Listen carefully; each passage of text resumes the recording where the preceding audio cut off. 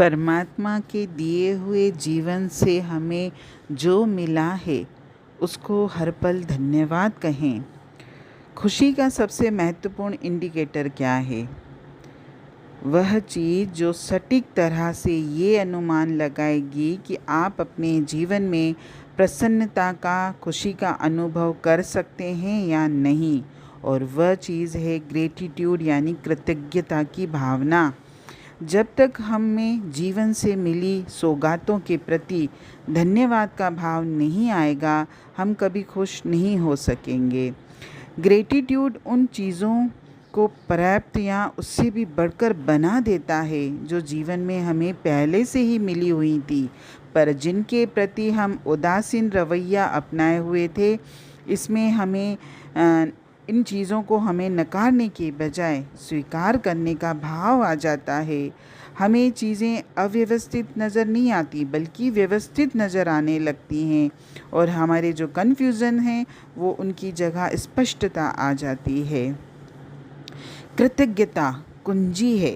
हम अक्सर उन चीज़ों को की पर्याप्त सराहना नहीं करते जो हमारे पास ऑलरेडी हैं, लेकिन अगर हम में कृतज्ञता का भाव आ जाएगा और हम इस भाव का अभ्यास करेंगे तो हम पाएंगे कि हमारा जीवन तो बहुत ही अर्थपूर्ण है, जो हमको कभी अर्थपूर्ण लगता ही नहीं था।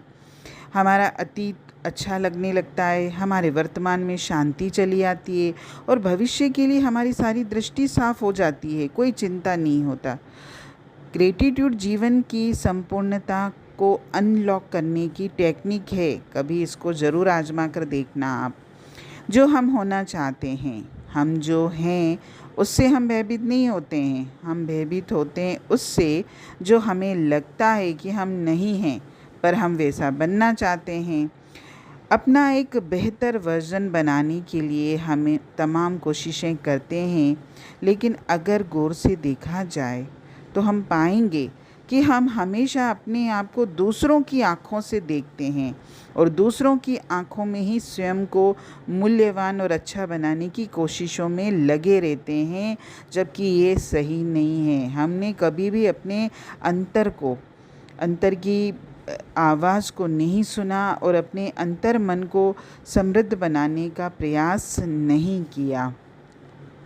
हमेशा जीवन में अच्छाइयों पर ही फोकस करना चाहिए। जीवन निरंतर चल रहा है। अगर हम जीवन में आगे नहीं बढ़ रहे हैं तो इसका मतलब ये है कि हम जीवन में रुक गए हैं। हमें अच्छी चीज़ों पर फोकस करना है, क्योंकि हम जिन चीज़ों पर फोकस करते हैं उनका तो आकार भी बड़ा हो जाता है। तो हमको अपने जीवन में अच्छाइयों को ही शामिल करना है।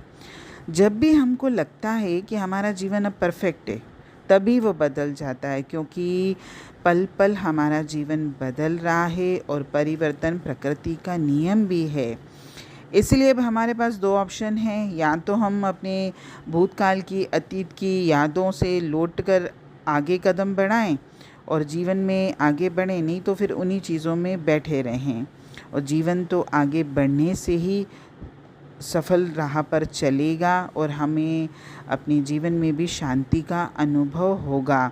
और जो लोग अतीत में जीते हैं, अतीत की बातों को लेके बैठे रहते हैं, वो कभी भी जीवन में खुश हो ही नहीं सकते। और एक और बात है, हमारे जीवन में हमारे अंदर काल्पनिक डर बहुत हैं। हमारे जीवन में जो परिस्थितियां हैं, हम उनसे नहीं घबराते। हम ऐसी बातों के बारे में सोचते हैं जिनका होना न होना हमको पता ही नहीं है। हमारे अधिकांश डर और दुख सब काल्पनिक हैं। हम काल्पनिक चीज़ों को अपने ऊपर हावी होने देते हैं और अपने जीवन को समस्याओं में, अशांति में डाल देते हैं।